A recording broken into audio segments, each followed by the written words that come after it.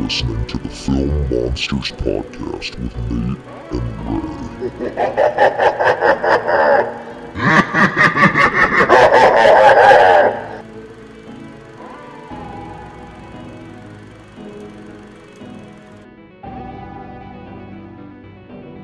Well, hello everyone, and welcome back to another episode of the Film Monsters Podcast. I'm Nate. I am Ray. And Ray, I don't know about you, but it's crazy that we're getting super close to 10 episodes of this already. I feel like we just started it last week, but it also feels like we've been doing it forever. It's this weird thing in my head where I'm like, wow, this is just so awesome that it's something we've been doing every week, and I've been really happy that so many people seem to be enjoying it. I know there's a lot of regulars out there who will message me and be like, I got really excited to hear you and Ray talk again, and I'm looking forward to just grow that audience and that community and that discussion about movies. Yeah, I'm excited too. Like you said, it's weird to think that it's going to be almost a season's worth of episodes, and it feels like we just started, but it also, I don't know, with every episode I can hear the growth in how we're doing this, and I'm pretty excited about that as well. Absolutely. I can't wait for the future. So Ray, there was something you wanted to talk to me about. I saw this show up on my feed, so let me put it to you this way.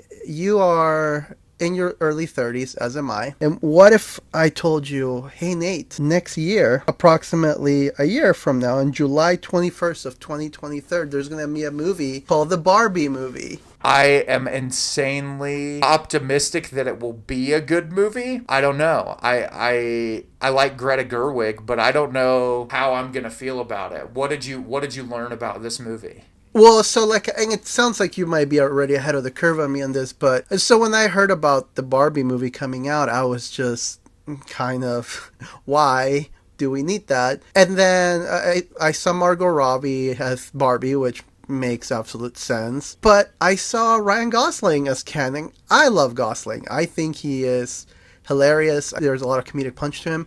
But also when I saw Greta Gerwig and Noah Baumbach helping co-write the script, that jumped out the page, because I don't believe that Noah Baumbach and Greta Gerwig will just take a project as a cash grab. They have more integrity than that, and it's the thing that the reason why I wanted to bring up this film is because how do we feel about two directors and writers that have proven themselves to be masters at their craft taking on this very mainstream Mattel project? I'm actually really excited for it, and I think the reason why I'm so excited for it is because, like you said, I mean, you take two powerhouses like that who have been doing these indie movies, and to take a large, so well-known thing, I feel like they're going to subvert your expectations. I know I read a little plot synopsis that said Will Ferrell is going to be the head in Barbie Land or whatever, and Ryan Gosling and Margot Robbie escape to the real world, and it's them dealing with people in the real world. And so I don't know, part of me in my head was make this a horror movie or something. There's so much commentary that can be made about Barbie, especially in our current society, about how we sexualize people or how women are treated. And I feel like there's a lot of ways that can be taken. And obviously, if you look at Greta Gerwig's Little Woman movie, she focused really heavy on taking subject matter and kind of spinning it through a feminist lens.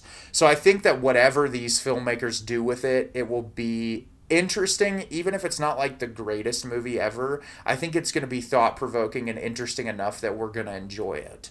Well, and the reason why I wanted to bring it up is because I feel like there's a lot of people that, especially those that aren't really that concerned with knowing who writers and directors are, they hear, oh, a Barbie movie, that's going to be lame, that's not going to work, why are we making that movie? The reason why I wanted to bring this conversation up for this brief moment is because where do we pledge allegiance to a director, to a writer? Where do we draw the line? And should we, be more open-minded about things that we aren't as excited? You know what I mean? I feel like we've come to an age where, I think we've talked about this in the past, that our attention span is so short that we see the Barbie movie, oh, we're writing it off, that's going to be terrible. But seeing these names attached to the project, because it's no secret too that Margot Robbie and Ryan Gosling, as well as America Ferrera, who's also casted, they're all stellar, impressive at their craft as well. So the fact that there's so much talent attached to a project that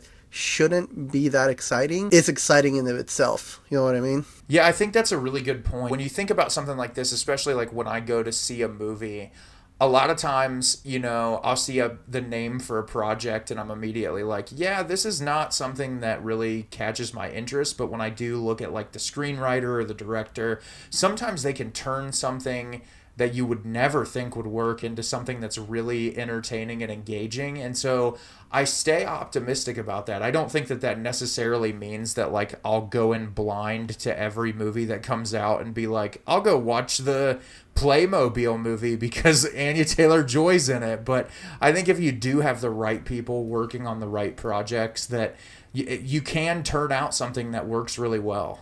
Right, and I think that was the reason I wanted to bring it up. For those out there that are probably seeing posters for these movies going, oh, that looks stupid. I just want to encourage everybody to do a little bit of homework before you judge a film, because it just might be the greatest thing you see. I mean, I don't know if you remember the debacle when Sonic was originally released and had that terrible CGI hedgehog, and people were just irate about it, and they fixed it. And I'm not saying Sonic is some art house masterpiece, but it turned out to be a great movie. And so sometimes it's just good to just be patient and give something that's probably out of your comfort zone. At least do some reading before you write it off. I'm not saying go watch movies blind, like you said. Do a little bit of homework. You might just find some really cool stuff out there from the unlikely of places. Yeah, and I think that's one of the cool things too now about streaming services, as well as like, I feel like because of online streaming and like Netflix and Hulu and all these places, that you get a lot more opportunity to watch material that you might not necessarily watch anyway, because it's like, I already pay for this subscription, so why not?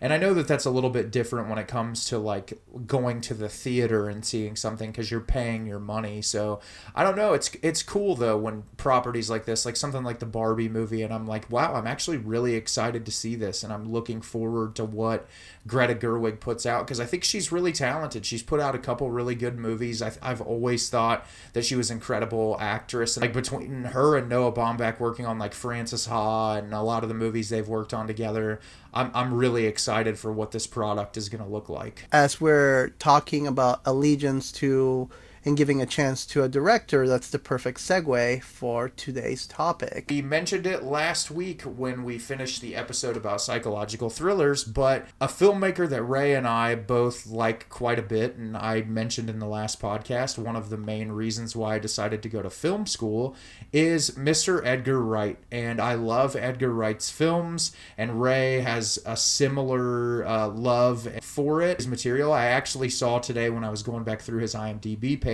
apparently, Ray, and I don't know if you've heard this, he's doing a remake of The Running Man. Interesting. No, I didn't know that. Yeah, that's his next project that was announced. And so anytime he puts anything out, I get really excited about it.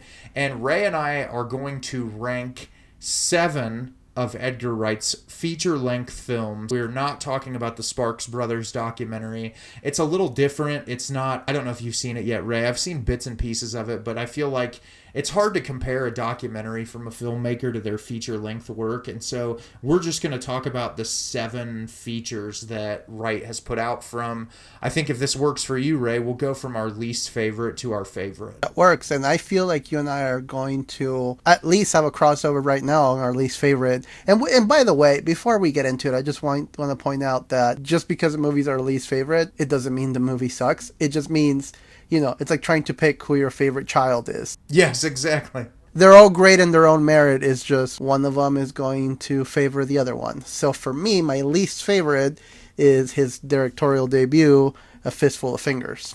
Yes, and that is my least favorite as well. And I think what's really cool is, prior to this episode, Ray, you and I, neither one had ever seen this because it's kind of hard to track down. I know there's like barely any physical releases of it. I know Edgar Wright said in the past that he'd like to do a nice like remastered version of it on Blu-ray, but you can tell it's a very rough around the edges movie. Yeah, it looks like it came out in 95. It's like a Western comedy film. And it's interesting because the movie, it's definitely rough. Like you said, it's definitely rough around the edges. It's definitely, the budget shows for sure, but that is also kind of the charm of it, to be honest, though.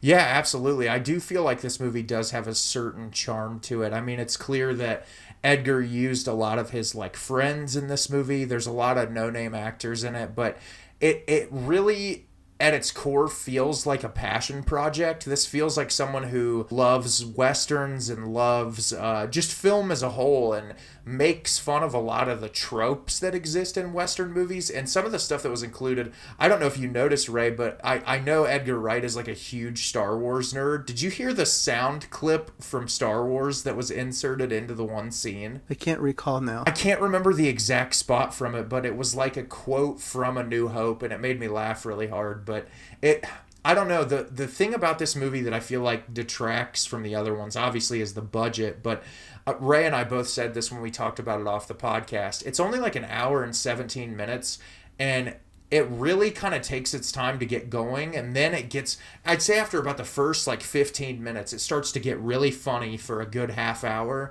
and then it kind of falls prey to doing the same thing over and over again, and I think that's another one of the reasons why it falls pretty low on my list. It definitely wears out its welcome. Also, the one doc like that I have, and granted, it's not even a big complaint, given the fact that it's a small budget movie with a really, really small budget. It definitely shows. It was almost the continuity of the character, because at first they show the man with no name as this like really intense and brutal guy that no one messes with, but then you kind of realize his imposter syndrome, that he's not all that tough. Try to build him up to be one thing. I know a lot of movies do that when they show the vulnerability, but this one just felt like suddenly he is just not a tough guy anymore. Just very suddenly, which is fine. You know, this is a comedy, not some character study. But something I did appreciate about it, though, is you can already see those early cues of the very silly but smart humor that Edgar Wright has become known for.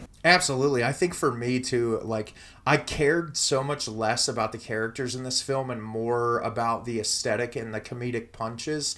There's so much of like Edgar Wright's hallmarks in this. Like, there's this scene, I talked to Ray about it before the podcast, but like, the man with no name is sneaking through the woods at one point, and he keeps hearing like these twigs crack, and like the camera whips over and you actually see a person with their hands crack a twig, and then they like honk a horn and to make these noises, and it's all this like overblown comedy that we're used to from Edgar Wright, and that's the stuff I love the most. And I know, Ray, I want you to talk about it for a minute because I know you loved it just as much as me, but the horses, oh my god, that was one of my favorite parts of the movie. That was probably my favorite part, to be honest. Like the horses, because it's totally like, you can tell it's just like a little piece of cloth with a horse head, and just like this, they have like googly eyes.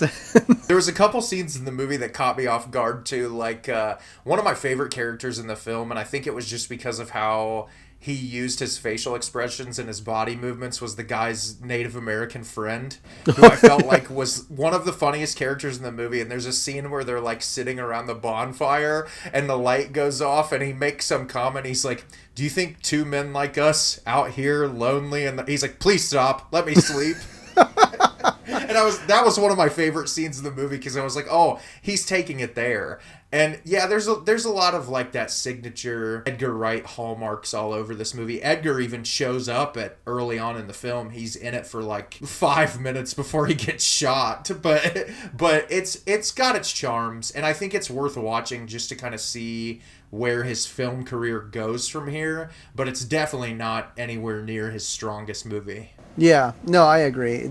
And it shows. I mean, there's a gap between this one and his next movie. That's I want to say like a 10-year gap between those movies. Yeah, and that's because in between, and I'm not sure if you've ever seen it, Ray, but are you familiar with the TV show that Edgar did called Spaced?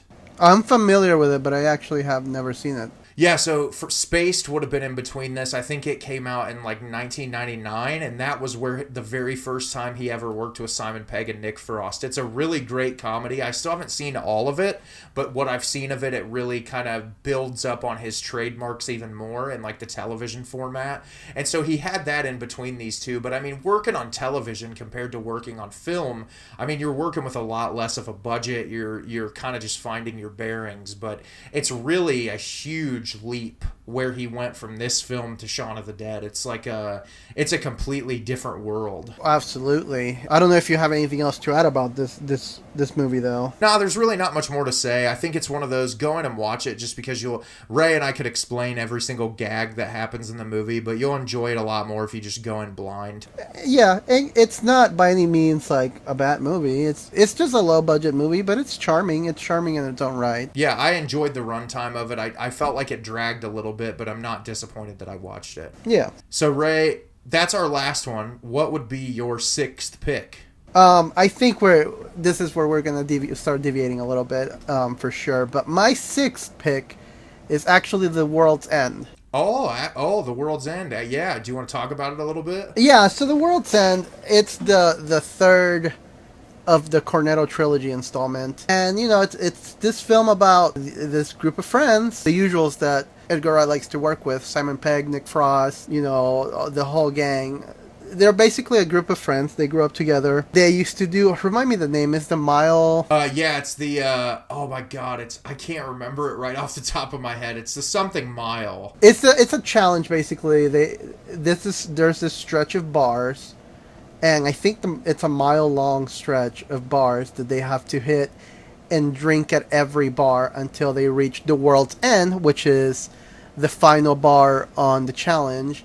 And they attempted the challenge when they were kids and they failed. And he decides to get together with his friends to do the challenge again as adults. But everyone has kind of grown up and have their own life. But Simon Pegg is still kind of trying to live on the heydays of when they were in, teenagers, early 20 kids. And it's them getting back together and trying the challenge. For me, I like this movie. It's higher up on my list than you for this movie. But I would say one of the reasons why it ends up higher on my list is I feel like, especially when you look at the Cornetto trilogy for Edgar Wright, this is probably the most human of all three of those movies, where I don't want to give away the spoiler of the film, but I feel like Gary King's character has this really disturbed past, and you find out a lot about his character and why he is the way that he is. And there's this really great moment near the third act as to you find out some really terrible shit has happened to him, and the reason why he wants to do this is because he doesn't want to think about where his life's gone. And that's a part of the movie that I really can appreciate a lot. And I'm sure, Ray, even though it falls on this part of the list, I'm sure you probably appreciate that element of it too. Oh, absolutely. Like I said at the beginning of the episode, none of these movies are bad in any way. They're all fantastic.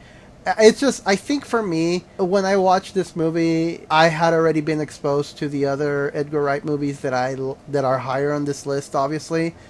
So by the time I saw this one, I kind of already made up my mind about how much I loved the other ones even more, that this one just, by happenstance, it ended up closer to the bottom.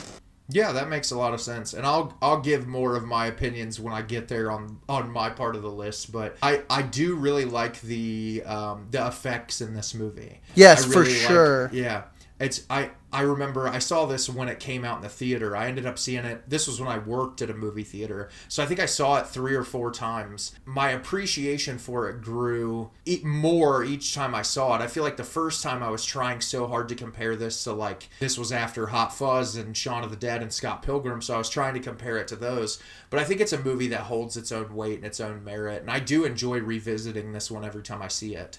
Here's a fun little tidbit before we continue. For me, it wasn't maybe until I think it's been in the last 10 years that I've gotten more versed in the world of directors and actors and writers.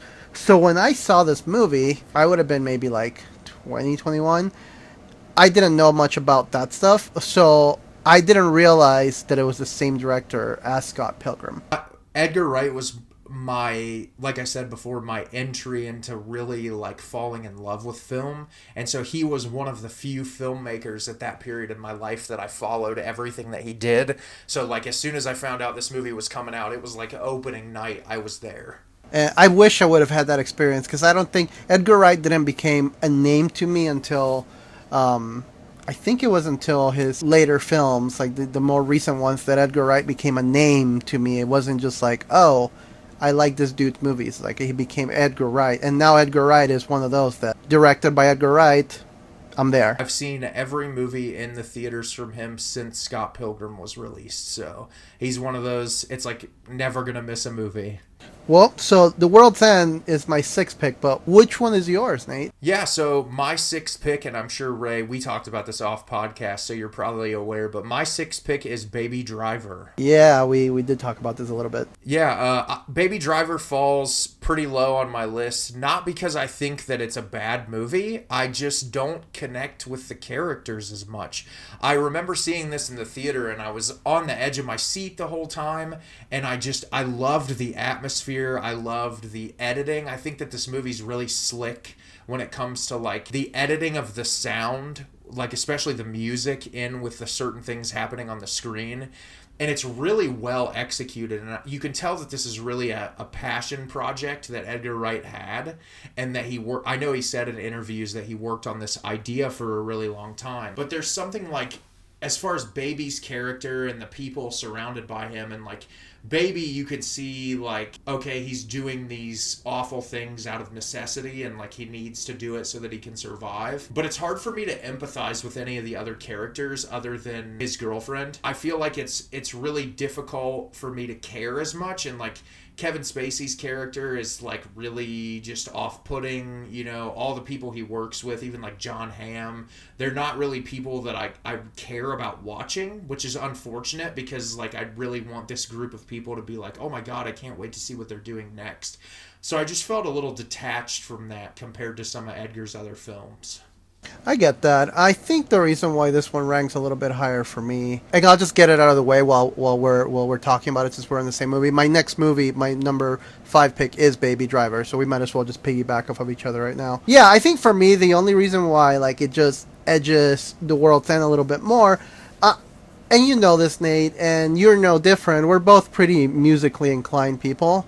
I feel like my first love was music and then film. So to me, being able to marry both, like, I would argue that Baby Driver is a musical. The way how it's choreographed, you know, some of my favorite cues are, for example, Neat Neat Need by The Damned. The choreograph of that car chase scene with that song, it floors me every time. The Hocus Pocus song, when he is running away after you know the job goes bad, just all the different musical cues. Or I love the Tequila one when they're in the shootout with Tequila. I think that's why this movie edges out a little bit more, just because I'm such a like musically inclined person. I don't play instruments or anything like that. I just love music, and being able to see this mind-blowing cinematography be so like perfectly choreographed with a incredible well curated soundtrack. It just, Edgar Wright knows his way around music, and I feel like that's something that he is a master at, is curating these amazing soundtracks and marrying them with the visuals. I was also a kid that always carried an iPod around. Even when like streaming services started becoming popular, I was still that kid carrying around an iPod, so that kind of resonated with me a little bit as well. I was a Zune kid. Of course. I was a Microsoft guy. But no, one of my favorite music sequences in the film, I love the T-Rex song Deborah, when that plays when they're in the laundromat. I love that scene where they're sharing the headphones. And then I really loved the casting of Sky Ferreira as Baby's mom. Yes. And that scene where you hear her perform that song is phenomenal. There's a lot of really great moments in this, and that's like what Ray and I were saying at the beginning of this episode. It's really hard when you're talking and ranking Edgar Wright's films because he just knocks it out of the park consistently. And it's really hard when you're pairing his movies because they're all so good. It's almost like he just knows how to do all the right things. Oh my god. Yes, you are correct, sir. But yeah, I don't really have much more to say about Baby Driver. I think it's a movie you should definitely go watch. It's an experience. The only thing I'll add to it, and I think the one and only complaint I have about this movie, but I think this is almost done on purpose, it's just some of the suspended disbelief. Like, you can't really expect me to believe that this kid that wears the same outfit every single day never gets caught. The love, the romance between the two of them feels very puppy love, and it's just not, like you said, I just don't connect very well with it. But the only reason, like I said, what it edges out the other one is just because the music and the choreographed stunts and everything just captivate me every time, and I just can't look away. Yeah, I don't have much else to say about Baby Driver. Just watch it. It's really entertaining. So then what the heck is your next one then? Since Baby Driver was my number 5, what's your number 5? Yeah, so my number 5 pick is going to be Edgar Wright's newest film, Last Night in Soho. Oh. I enjoyed Last Night in Soho. Obviously, if you've been listening to the podcast for a while, you guys know that Ray and I are Anya Taylor-Joy fanatics. I was really excited to know that she was working on an Edgar Wright project, and I really did love the experience of seeing this in a theater, and I think that it is a really great suspense movie that kind of combines... A lot of people said that this was really reminiscent of Giallo films, and I feel like other than the color scheme of the movie, it has elements of it, but I don't see it 100% in the execution. I feel more like it's just a really good psychological thriller. And I think Anya Taylor-Joy's performance is unbelievable, but even more so, I don't think people gave enough credit to Thomasin McKenzie, who also is just like absolutely incredible in this movie. I feel like one of the reasons why it falls a little lower on my list, I'm obviously a sucker for the Simon Pegg, Nick Frost duo in those movies, but there was a lot of this movie that I felt like was kind of campy and a little cheesy when I was watching it, that like took me out of that it was supposed to be like this really gritty suspense, and there were elements of it where I was like, Edgar's like sense of humor didn't really work in certain elements of that for me, where I felt like, okay, you're saying you're doing this straightforward horror movie, but you're still trying to add in little elements of your camp. Some of it, I felt like it was a little bloated. It wasn't like as fast-paced as his other films, but I still really enjoyed it. And this film also has an incredible score that I'm a really big fan of. Once again, Edgar Wright just knows to curate good soundtracks. This one's higher on my list for sure. I do agree with you. I don't think Thomasin McKenzie gets the credit that she deserves, because I feel like Anya Taylor-Joy's character pretty much remains the same character throughout the whole movie. There's not a whole lot of growth, but Thomasin McKenzie, she's the one that you see progress.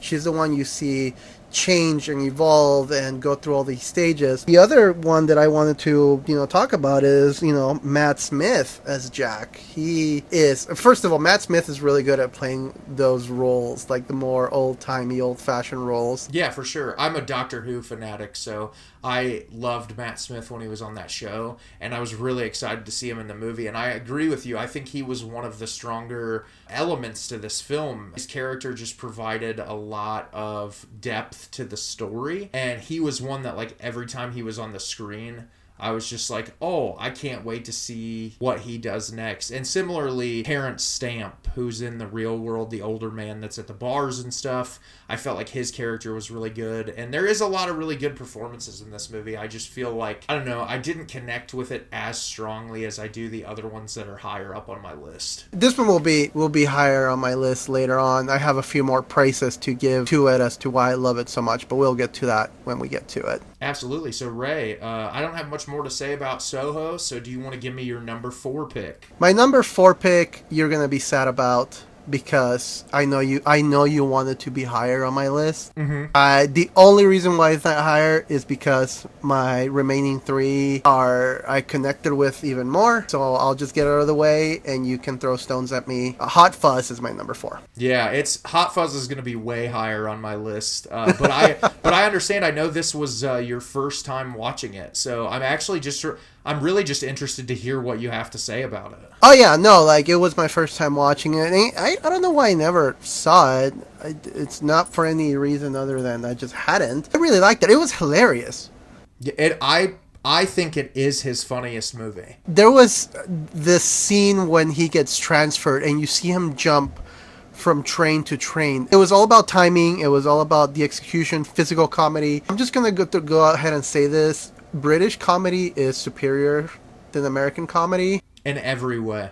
In every way, yes. But this movie is great, though, because I feel like from the Cornetto trilogy, Simon Pegg plays the loose cannon most of the time, but on this one, he's the straight man. That was really interesting to see, because most of the time, Simon Pegg kind of plays the sloppy guy, even though Nick Frost piggybacks off of that sloppiness. This time, it was the other way around, where Simon Pegg was the straight guy. And then you see all the cameos. My gosh, this thing is just jam-packed with the Harry Potter world, basically. Yeah, but there are 2 cameos in this film, Ray, that I'm interested if you've heard about before.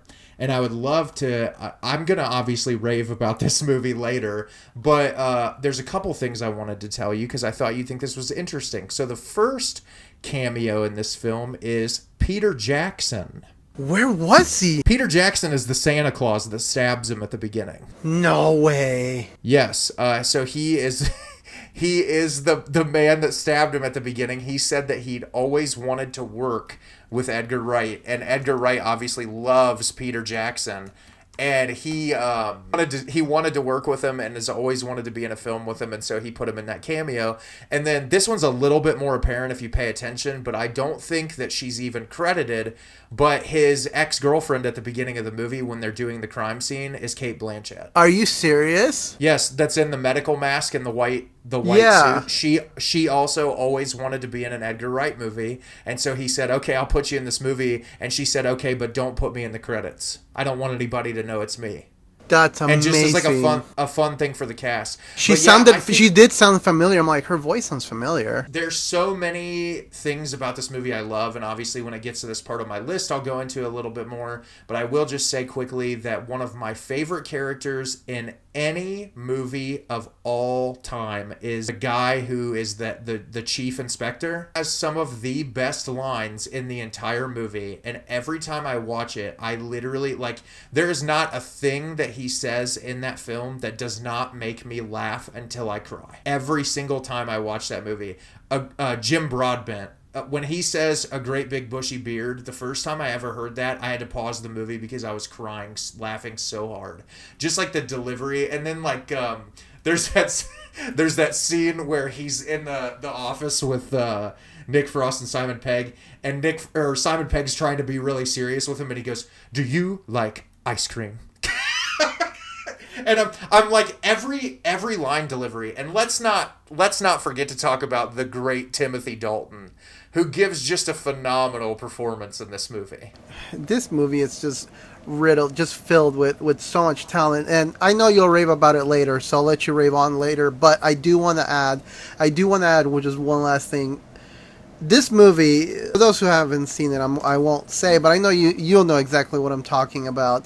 When you find out the motivations of the killer and the reason why the killer is doing the things that the killer is doing, I can see this movie being played back in, when did it come out? 2007. 2007. I can see myself watching this movie in 2007 and being like, those motivations are ridiculous. No one is that horrible. And then you hear some of the stuff that are happening right now in the world, and you're like, oh yeah, people are that horrible. The great are good. The great are good. Shut it! My number 4 pick is The World's End. Oh, okay. Yeah, so I absolutely loved this movie.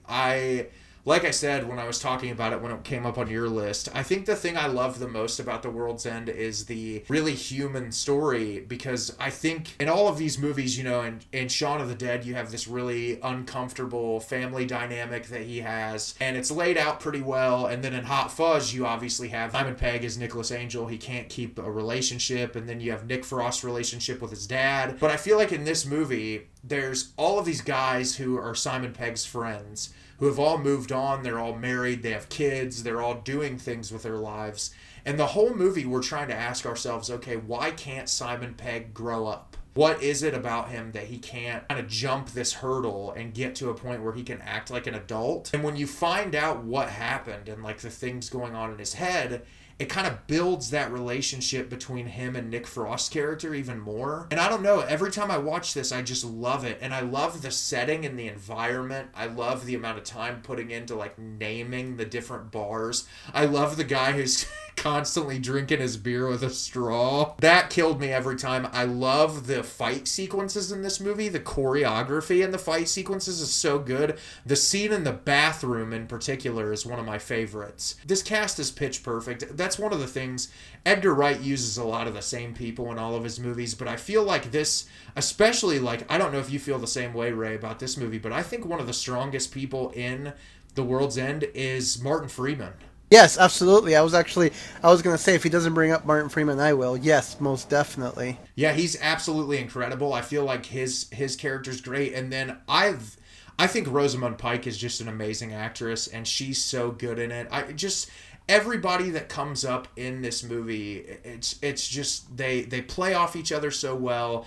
And I get to some people, like, the comedy isn't as quick and the editing isn't as quick as a lot of the other movies that Edgar's done in the past, but I don't know, there's something about this story that I can just attach to, about this, like, not wanting to give up being young and wanting to kind of live in that moment and care about your youth. And obviously that feels like a self-reflection maybe of Edgar Wright himself, and kind of like being like at this point where I'm like, hey man, I'm getting older, but I don't want to grow up. And yeah, I don't know. I don't have a lot more to say about The World's End. We talked about it earlier, but that is why it's number 4 on my list. One of my favorite gags from The World's End is, it just happens a couple times, but when they go up and order drinks, and he's like, we'll all have a pint, and then Nick Frost is like, and I'll have a cranberry juice. He's like, what? And then you see the montage of all the beers and like a little cranberry juice. Do you want to know something funny? What's that?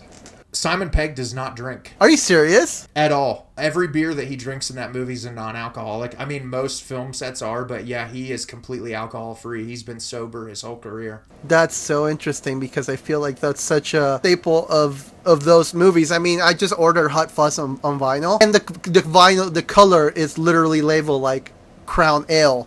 There's such a theme about drinking in these movies, so that makes it even funnier. Yeah, I watched an interview with him talking about it, and it's like, that just goes to show how great of an actor he is. He really does do a phenomenal job. So Ray, I'm ready for your third pick. Let's hear it. My third pick is a little movie that you might have heard of, called Last Night in Soho. Yeah, we just talked about Last Night in Soho. I'm ready to hear about why you love it so much. So we already discussed the acting and the performances. We did not, however, discuss the Weasley twins doing a cameo in this movie. Yeah, I forgot all about that.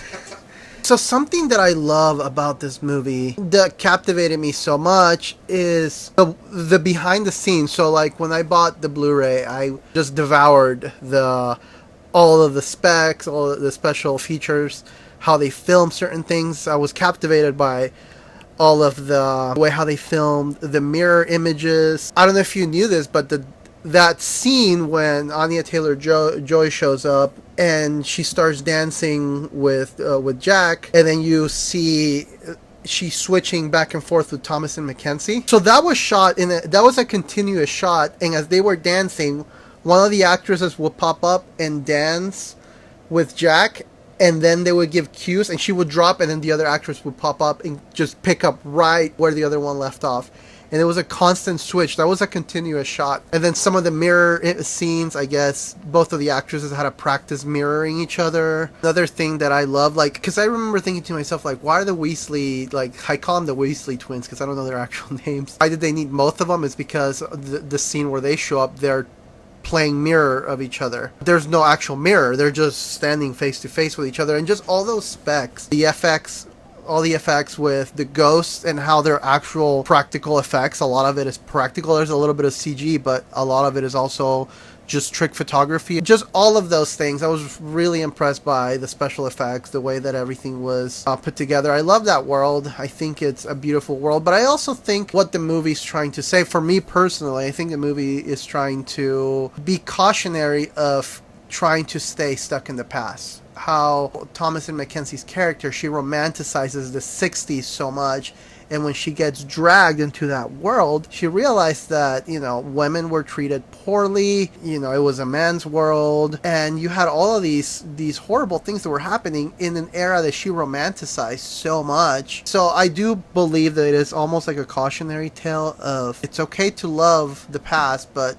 you also have to make time for the present. And I think that's what resonated with me so much, because I feel like we're always sitting there thinking about the good old days, but we're not giving focus to the things that we have now. And I feel like that movie made a statement that era, the 60s were great and all, but you have to also focus on the now and what's happening now. Don't fixate so much on the past.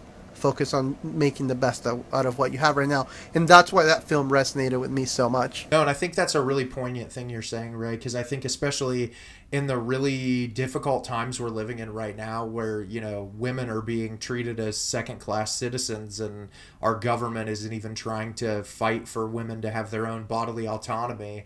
You look back at the 60s and it was even worse. I mean, if you were a woman, a person of color, like anything, like, yes, there was great music in that time, there was great movies that came out, but like our society should be progressing further now. And looking back into those eras, there's still problems and there's still things that could be fixed. I remember there's a movie, I don't know if you've seen it, but there's a movie, Midnight in Paris, that also kind of dives into that and looks into like this whole idea of kind of idolizing the past and caring so much about it. But then when you have the ability to travel into that area and to see it firsthand, you learn like, not all that glitters is gold. So I do agree with you. I think that that's a really poignant thing that movie is trying to say. And that too was one of my favorite parts of that film. So that's the reason why that one ranks so high.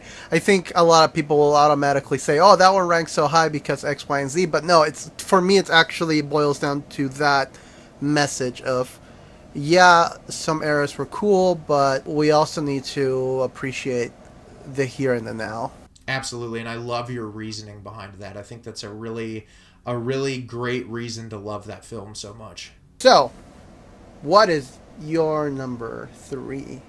So my number 3 pick, Ray, is a little-known movie that you may have heard of called Shaun of the Dead. That's my number 2, so let's just do this. Yeah, so I'm obsessed with Shaun of the Dead. These top 3 films, with the exception of my number 1, because I'll rave about it later, but these 3 are all really hard for me to rank because I truly think that they're all 3 flawless works of cinema. I love Shaun of the Dead so much because I think there's so many people who have tried to create this world of like comedy and horror together and are trying to play it together. I think there's perfection examples of it, like Sam Raimi's Evil Dead 2, I think is a perfect example of what a horror comedy can be. But Shaun of the Dead, and I love what Edgar Wright said when I read a review, when they were creating the Cornetto trilogy, all Edgar Wright wanted to do was take a concept, any concept, and kind of apply these characters and these situations to whatever concept that was thrown at them. And they're like, hey, why don't we do zombies?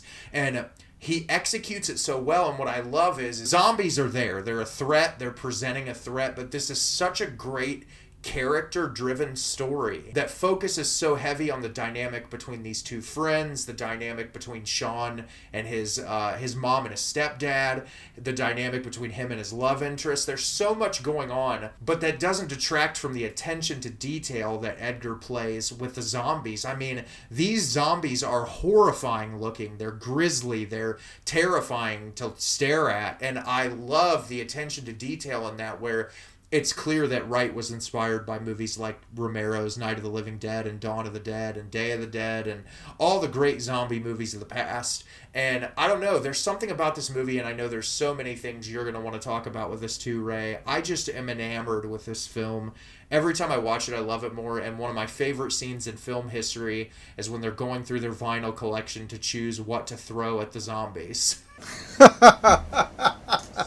It's one of my favorites. That whole so much is amazing. One of the reasons I love this movie so much. So, have you ever been asked the question, if you could bring back someone from the dead, or if you could travel anywhere in time, who would it be or where would it be? I had that question asked, and my answer has always been generally the same. Who would I bring back from the dead is George Romero. Where would I travel back in time? I would travel to the opening showing of Night of the Living Dead back in '68. That would have been an amazing experience. I hear it was. I've read a lot, and I have thoughts, and I can go all day about Night of the Living Dead. But I'll say this: George Romero is one, if not my favorite famous person ever, for so many reasons. But you know, he passed away, and that was heartbreaking. So anytime I see anything that keeps his memory alive, that keeps what he's done alive. I mean, Edgar Wright even went for the slow-moving zombies, which, you know, we live in the world where all the zombies run now. So the fact that he kept the old school, like, slow-moving zombies, the gore in this movie is very reminiscent of Tom Savini's work on Dawn of the Dead and Day of the Dead. Everything screams that it's giving George Romero. It's honoring Romero's, legacy, and that just makes me happy. Every time I see Romero's legacy being honored, I'm just over the moon. And I'm a zombie guy. I love zombies. My favorite movie of all time is George Romero's Night of the Living Dead. So every time I see some form of homage to him that's done right, I'm there. And like you said, much like Romero's films, it's not just about the zombie. It's not just a scary zombie movie. It deals with relationships. It deals with the societal collapse. It deals with human psyche and how we would react in a situation like that. So, and that's something Edgar Wright did. Yeah, it's a hilarious movie. It's gory. It's bloody. Like I said, it's very Tom Savini-esque type of filmmaking, but it also has a heart, and it also leaves you with a sense of wanting to be a better person. And the fact that a zombie movie does that speaks volumes. Absolutely. I love that about this film, is that it's so heartwarming, and it's a really beautiful story of friendship between Simon Pegg and Nick Frost's characters, and I feel like by the end of this movie I'm always smiling so huge by the end of it. But there's also those really emotional moments in the third act, and what I love about this is this has all the amazing editing hallmarks of Edgar Wright. This movie, it has all the quick whip pans in there, and I've said this before on the podcast, but one of the things I love so much about Edgar Wright, and it's less prevalent in some of his newer films, I feel like, but especially the Cornetto trilogy, the camera is almost a character. And when you're watching the movie and the way that it moves, so much comedic timing and the way that things go are accented by the camera. Like, one of my favorite things, and I'm sure you love this too, Ray, is the constant sequence of Sean saying, "Take the car, go to Mom's, kill Phil, sorry Phil." Go to the Winchester, have a pint, and wait for all this to blow over. I love it, and every time I watch it, I feel like, I'm not going to laugh as hard this time because I know it's coming. But because of that quick editing and the way that it's shot and the way that the scenes play out, it's just so fucking hilarious. And the characters, you care so deeply for them. And it's a perfect movie. I mean, really, it really is a perfect movie. Yeah, I have nothing remotely bad to say about that movie. Yeah, there's so many great one-liners, too. Like, I know everybody says I got red on you all the time. But, like, also, another great sequence is, and it's that thing where you're saying, like, I mentioned it when we started talking about it, but, paying homage to George Romero and caring about the zombie genre. I love the sequence where they're going to sneak to the bar and they act like zombies when they're walking with them. I love that sequence. And then when they go past the group that looks exactly like them, I love that. There's so many great little nuances in this. So yeah, I don't have much more to say other than I love Shaun of the Dead. Yeah, same. And I have a feeling that I know what your number 2 is, and that you probably... And it's going to be your number 1. You figure it's my number 1, so we might as well do it. Yeah, my number 2 and Ray's number 1 is Scott Pilgrim vs. the World, which is, in my opinion, a perfect movie in literally every way. Yeah, there is nothing remotely wrong with that movie. It's my favorite, and it's your second favorite for a good reason too. I have seen Scott Pilgrim.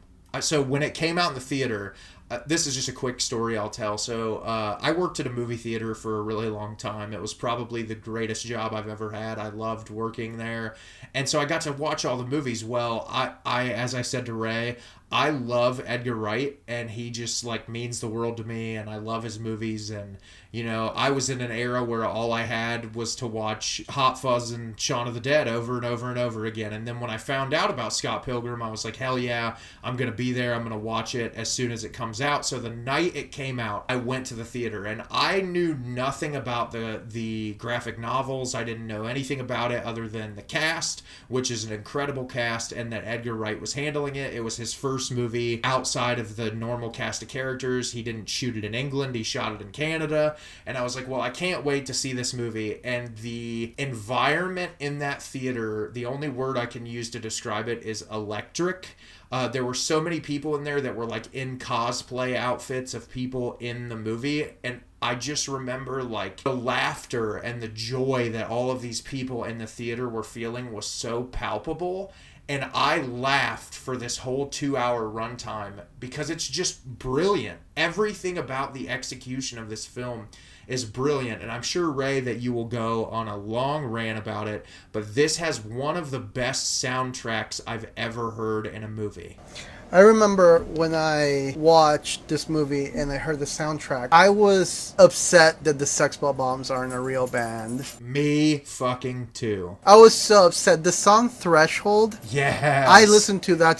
That song is incredible. All of the songs that they play, heck, even the songs from Crash and the Boys. Yes, they're all, even the songs from the Brie Larson's band. Clash of Demons. They're all, yeah, they're all great. But aside from the bands in the film, I mean, the soundtrack itself is so amazing. I remember I bought a CD copy of this right after it came out because I was just so obsessed with it.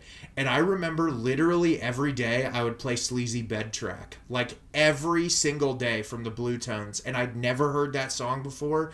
And that's one of the things I love about Edgar Wright is he's introduced me to so much music that I never knew existed. Also, the score as well. Like, I know the score is kind of more on the background, but it's very like Nintendo, the very like 8-bit Nintendo vibe that the score has is so much fun. It's just the movie as a whole is so much fun. And that's the thing. There are these emotional beats, and like I feel like any person can put themselves in Scott's shoes and how he's feeling, to where like obviously, you know, we've all had a person that we've either been interested in or wanted to have a relationship with, and there's obstacles that are put in the way. And obviously this is a very elevated way to look at the obstacle to be with someone. But I feel like you kind of feel Scott's struggle and what he cares so deeply for Ramona's character. And I don't know, there's something so relatable about this film, but I love that Edgar Wright doesn't pull back from his really over-the-top and absurdist humor. I love all the video game nods in this. I love like when someone gets killed and the coins pop out, and like just all of the little details in this film. And I think all of the evil exes are cast perfectly. I also love the physical comedy of it. Like, one of my favorite scenes is when Knives knocks on the door. Yeah. And she's like, it's like, is Scott here? It's like, you know what? And you just see him pop out the window. You just missed them. Mm-hmm. Just those comedic punches, they get me laughing. You know, something I have realized about Scott Pilgrim, and maybe you can relate to this or not. Scott Pilgrim, I will say, it's definitely a generational movie. I have attempted to show this to people that are older than 50, and they think it's the dumbest thing they've ever seen. Well, I think it's so embedded in, like, you and I are around the same age, and I feel like this movie is really embedded in that, like, Super Nintendo, PlayStation era culture of, like, hey, if you were into video games in this time period, you probably are going to relate to a lot of it. But at the same time, I do think there are elements that older people can get into. I mean, you know, a lot of my family members that are older went and watched this movie and thought it was hilarious. But I do think there is a generational element to it. I also think there's a lot of actors and actresses in this movie. Kieran Culkin's character in that movie is just so pitch perfect in every way. There's so much about him that is like every single comedic cue. Like, I remember when Scott's first meeting up with Chris Evans' character when he's on that set, and when Kieran Culkin just shows up and he's like drinking a coffee or something, and like some of his one-liners, he was perfect casting. I think everyone in this film's great. I mean, even if you look at at the time, little-known Aubrey Plaza, who gives a great performance in this movie. I feel like everyone because I feel like this movie had the birth of so many actors that would kind of redefine things. I mean, like you said, Aubrey Plaza, Brie Larson, Chris Evans. I mean, you have this star-studded cast before they knew they were going to be a star-studded cast. And let's not forget the "You've Stolen My Heart" Mary Elizabeth Winstead. Well, I love Mary Elizabeth Winstead. I have had a crush on her for a very long time, and I was like, when I saw her in this movie, I was like, oh, perfect casting. I actually made a list on my letterbox of my favorite movies of the past decade, and Scott Pilgrim was there for sure. It's one of my favorite movies of the last decade and probably for decades to come. Literally, like, just one of the most perfect movies ever made. I could watch this movie over and over and over again, and I would never get sick of it. Like I said, I mean, it's difficult with Edgar Wright in my top three to like put these ones over each other because I love them all so much. So Nate, we have arrived. Yeah, my number one movie's Hot Fuzz. I think I've even mentioned it on the podcast before, but it's tough when you finally have to put into words how much something means to you. But I remember very vividly, I was on vacation, and so this came out when I was 17, I think 2007, so 16 or 17. And my parents turned it on the TV, and my brother sat down and watched it. And I remember for the first time in my life starting to think more critically about how movies are made and just like how editing works and how there's so much going into this film. And I think that it's just so brilliant. Like I remember one of the scenes where Nicholas Angel's fighting with Andy Cartwright when they're in the thing, and they're like, he says Leslie Tiller was fucking murdered, and Andy Cartwright's like saying every single person that's getting killed in the town, and he says like the last name, and Nicholas Angel's like, no actually, and he says really, and he says course he fucking was, and Danny drops a coin in the swear box, and Nicholas is like, thanks Danny, like just those little beats. Like, it's so fucking funny how they have these reoccurring gags throughout the movie that continue to pay off. And another thing, Ray, and I know you didn't talk about it when you were discussing the film, but one of the things I knew you'd appreciate about this movie is how much the music plays into the comedy. Like when the house burns down and the person dies in the fire, how when they're at the crime scene and Timothy Dalton pulls up and that song Fire is playing in his radio. I'm telling you, Edgar Wright knows how to curate a good playlist. It's just perfect. Like the utilization of music. So one of my favorite scenes, it's not even like a line delivery. But one of my favorite moments in any of Edgar Wright's films is when Simon Pegg and Nick Frost go to that play that they're having, and they're doing Romeo and Juliet on stage. The cut back and forth when they start doing the musical number for Love Me, Say That You Love Me, and it cuts to Simon Pegg's face. And we said he's playing the straight man in this. He's like completely deadpan, and then he has the most horrified expression on his face while they're doing that musical number. And that, like, every time I watch that movie, I literally cry when I watch that every single time.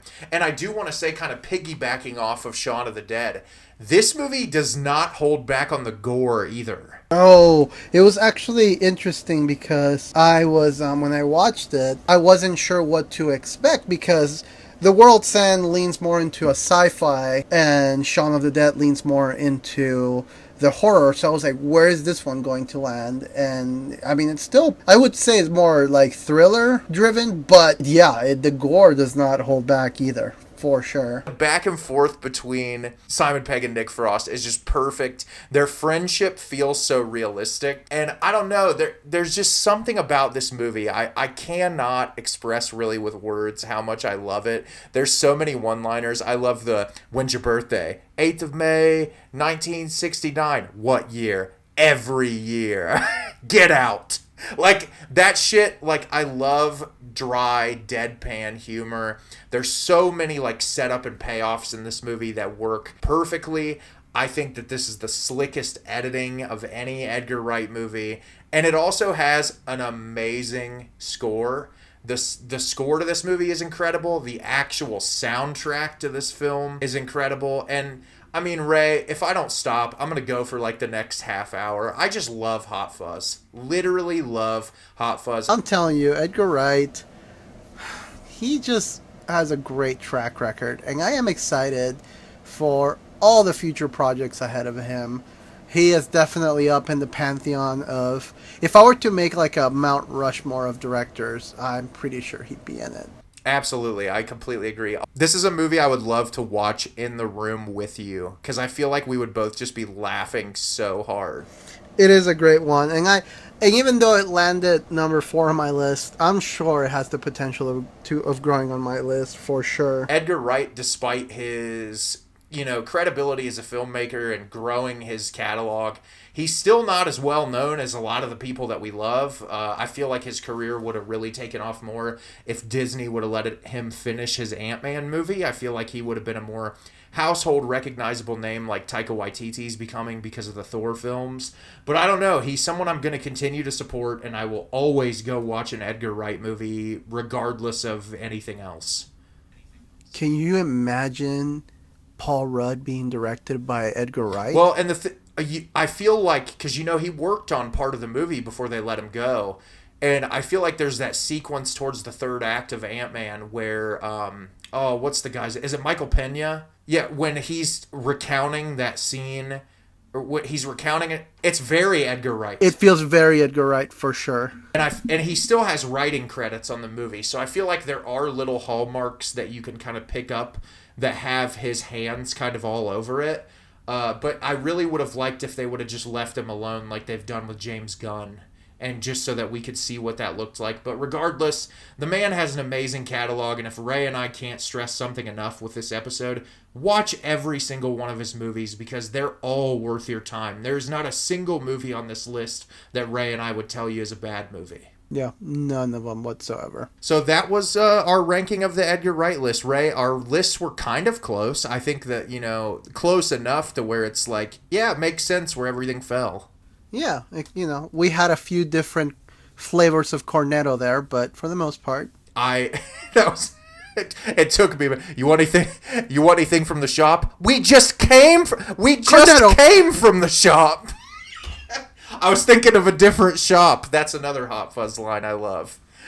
But yeah, I love doing this episode, Ray. I hope that we can rank some other directors. I'm talking about David Lynch. I hope that we can rank some other directors' films. I think that it'll be a blast.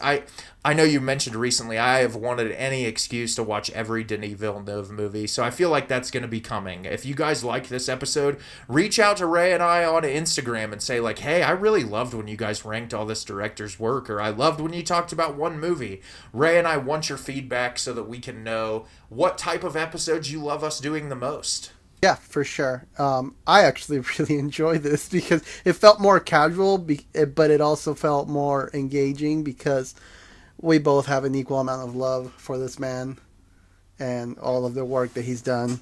So yeah, we just finished talking about Edgar Wright, and that's somebody that we're really passionate about, and that kind of moves Ray and I into the direction to talk about something else that we're really passionate about, which is going to be the topic for next week's episode. So Ray, I'm going to let you kind of give everybody the news as to what we're going to be talking about in next week's episode. Yeah, so as a lot of movie nerds know this, during the month of July and the month of November, the Criterion Collection has a sale at Barnes & Nobles that's 50% off their Criterion catalog. So I thought it would be a fun idea to talk about our picks for some of our favorite Criterion selections. So we can selfishly give each other some ideas of some stuff to be on the lookout for, but also recommend people some cool Criterion things they can pick up this month